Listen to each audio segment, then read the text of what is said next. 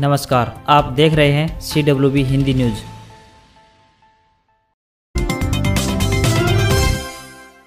हरियाणा कृषि विश्वविद्यालय के वैज्ञानिक खुद किसानों के पास जाकर उनके खेत की मिट्टी पानी की जांच करेंगे। अब मिट्टी पानी जांच के लिए हिसार स्थित लैब के अलावा यह सुविधा नजदीकी कृषि विज्ञान केंद्र के माध्यम से किसानों को उपलब्ध हो पाएगी। इसके लिए विश्वविद्यालय के कुलपति प्रोफेसर BR काम्बोज ने मोबाइल डायग्नोस्टिक कम एग्जीबिशन यूनिट यानी मिट्टी पानी जाँच एवं प्रदर्शनी वाहन को हरी झंडी दिखाकर रवाना किया। कुलपति ने कहा कि किसानों को मिट्टी पानी जाँच व अन्य तकनीकों के प्रति अधिक से अधिक जागरूक करने के लिए विश्वविद्यालय प्रशासन ने किसान हितों के लिए यह फैसला लिया है।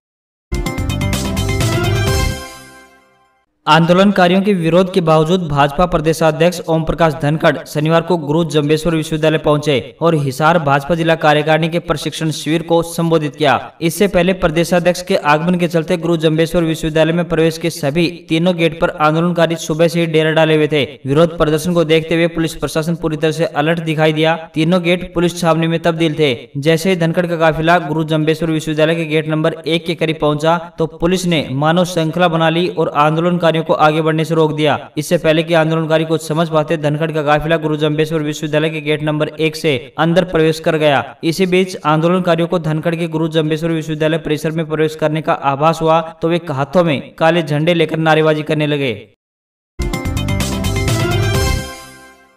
दीनबंधु छोटूराम विज्ञान एवं प्रौद्योगिकी विश्वविद्यालय मूर्थल ने विश्वविद्यालय में प्रवेश लेने के इच्छुक विद्यार्थियों की मांग पर आवेदन करने की अंतिम तिथि बढ़ा दी है। अब विश्वविद्यालय में प्रवेश के इच्छुक 27 जुलाई तक आवेदन कर सकते हैं। कुलपति प्रोफेसर राजेंद्र कुमार अनायत ने कहा है कि PhD, ड्यूअल डिग्री, BCA, स्नातकोत्तर व BCA में प्रवेश के लिए आवेदन करने की प्रक्रिया प्रारंभ कर रखी थी। कोरोना संक्रमण के कारण अंतिम वर्ष की परीक्षाओं के परिणाम नहीं आए थे। मुख्यमंत्री मनोहर लाल ने प्रदेश में कर्मचारियों को सरकारी आवास आवंटन की प्रक्रिया को और भी पारदर्शी बनाने के निर्देश जारी कर दिए हैं। मुख्यमंत्री ने आवास आवंटन पॉलिसी की समीक्षा बैठक की अध्यक्षता कर रहे थे। मुख्यमंत्री ने कहा कि कर्मचारियों को बिना किसी सिफारिश के उनकी वरिष्ठता के आधार पर सरकारी आवास मिलना चाहिए और इसमें पूरी तरह से पारदर्शिता होनी बेहद आवश्यक है। ऐसी व्यवस्था बनाई जिससे कर्मचारी ऑनलाइन आवेदन करे और उसे नियत समय के अंदर ग्रेड अनुसार एवं वरिष्ठता अनुसार आवास मिल सके। उन्होंने इस दौरान अधिकारियों से आवंटन प्रक्रिया के लिए ऑनलाइन आवेदन करने एवं अलॉटमेंट तक की पूरी प्रक्रिया की बारीकी से जानकारी ली और आवश्यक दिशा निर्देश जारी किए। केंद्रीय मंत्रिमंडल में कामकाज को लेकर फेरबदल के साथ ही देश के प्रधानमंत्री नरेंद्र मोदी द्वारा दिए जा रहे मंत्र के बाद हरियाणा में भी मंत्रिमंडल बदलाव को लेकर सुगबुगाहट की शुरुआत हो चुकी है। यह भी माना जा रहा है कि आने वाले 2 सप्ताह के अंदर अंदर मुख्यमंत्री कामकाज की स्पीड बढ़ाने के लिए कुछ बड़े बदलाव हाईकमान की इजाजत के साथ में कर सकते हैं। बीती रात नई राष्ट्रीय शिक्षा नीति को लेकर एक अहम बैठक के बाद में मुख्यमंत्री ने यह भी संकेत दिए थे कि इस तरह के फैसले रणनीतिक होते हैं, इसलिए इसकी जानकारी किसी को कैसे दी जा सकती है। हरियाणा वासियों को सोमवार से 112 यानी 112 नंबर डायल करने पर पुलिस, एम्बुलेंस तथा फायर ब्रिगेड की इमरजेंसी सेवा मिल सकेगी। इसके लिए अलग अलग नंबर डायल नहीं करने पड़ेंगे। प्रदेश सरकार ने CDEC यानी centre for development of advance computing के माध्यम से emergency response and support system project की स्थापना की है। पंचकुला में इसका राज्य स्तरीय कंट्रोल रूम बनाया गया है। मुख्यमंत्री मनोहर लाल 12 जुलाई को दोपहर 12 बजे प्रदेश में डायल 112 यानी 112 शुरू करेंगे। कुरुक्षेत्र रोडवेज डिपो ने कई महीने से बंद पड़े जयपुर व मनाली रूट पर बस सेवा बहाल कर दी है। जयपुर रूट पर बस सेवा शुरू होने से कुरुक्षेत्र से जयपुर तक के बीच में पड़ने वाले 22 अड्डों और कुरुक्षेत्र से मनाली तक के बीच में पड़ने वाले 30 अड्डों के हजारों यात्रियों को फायदा मिलेगा। गौरतलब है कि लॉकडाउन के कारण करीब 2 महीने से कुरुक्षेत्र डिपो ने अपनी कई रूट बंद कर रखे थे, जिन्हें अब धीरे धीरे खोला जा रहा है और यात्रियों को राहत दी जा रही है। इस कड़ी में कुरुक्षेत्र डिपो ने अपनी जयपुर और मनाली रूट को खोल दिया है। कुरुक्षेत्र डिपो से जयपुर के लिए सुबह 7:20 मिनट पर बस रवाना होगी और मनाली के लिए शाम 5:40 पर रवाना होगी। एक तरफ डीजल और पेट्रोल की कीमतों में इजाफा होता जा रहा है तो दूसरी तरफ दूध के दाम भी लगातार बढ़ रहे हैं। 1 जुलाई से अमूल कंपनी ने दूध के दाम 2 रुपए प्रति लीटर बढ़ाए थे और अब मदर डेयरी ने भी इस लिस्ट में शामिल हो गई है। मदर डेयरी ने 11 जुलाई 2021 से दिल्ली NCR में अपने दूध की कीमतों में 2 रुपए प्रति लीटर की बढ़ोतरी करने की घोषणा कर दी है। मदर डेयरी दिल्ली NCR में रोजाना 30 लाख लीटर से ज्यादा दूध बेचती है।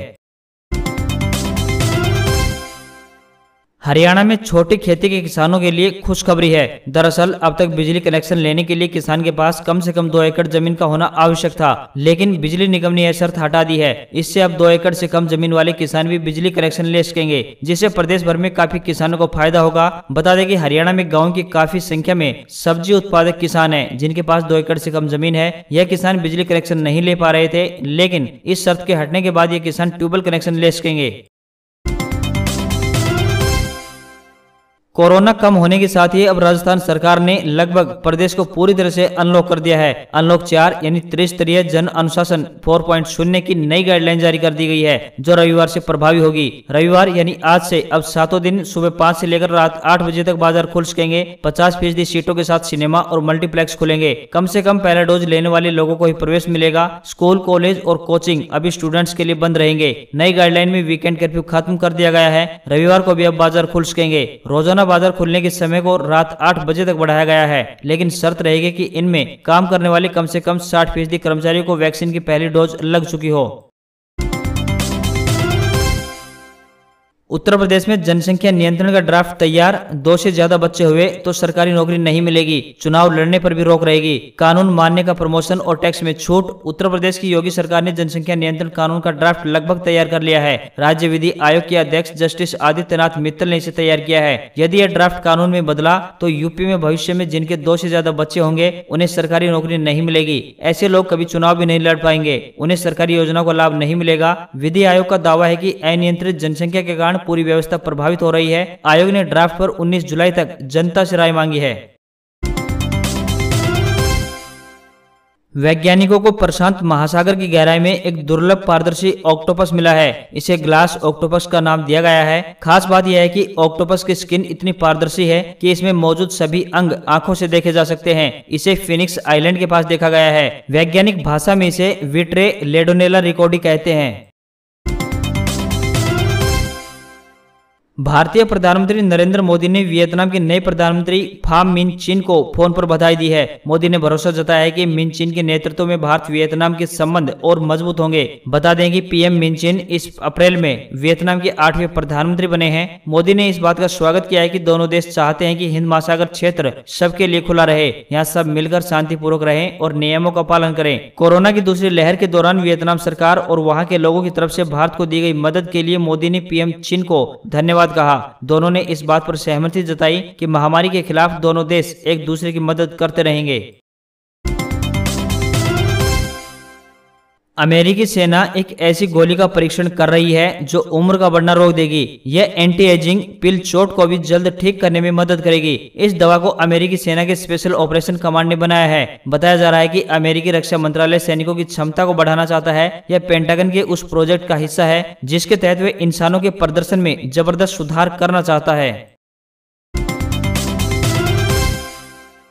व्हाट्सएप की मैसेजिंग ऐप पर फोटो भेजने पर उसकी इमेज क्वालिटी कम हो जाती है। 64 मेगापिक्सल जैसे हाई क्वालिटी कैमरे से खींची गई फोटो भी कम क्वालिटी की हो जाती है, लेकिन इसमें अब जल्दी बदलाव देखने को मिलेगा। व्हाट्सएप इस फीचर को सुधार करने वाला है। इसमें हाई क्वालिटी में भी फोटो भेज सकेंगे। हालांकि इसकी लॉन्चिंग डेट नहीं बताई गई है। आपको बता दें कि व्हाट्सएप के जरिए फिलहाल 16 MB साइज तक के वीडियो, ऑडियो और फोटो भेज सकते हैं।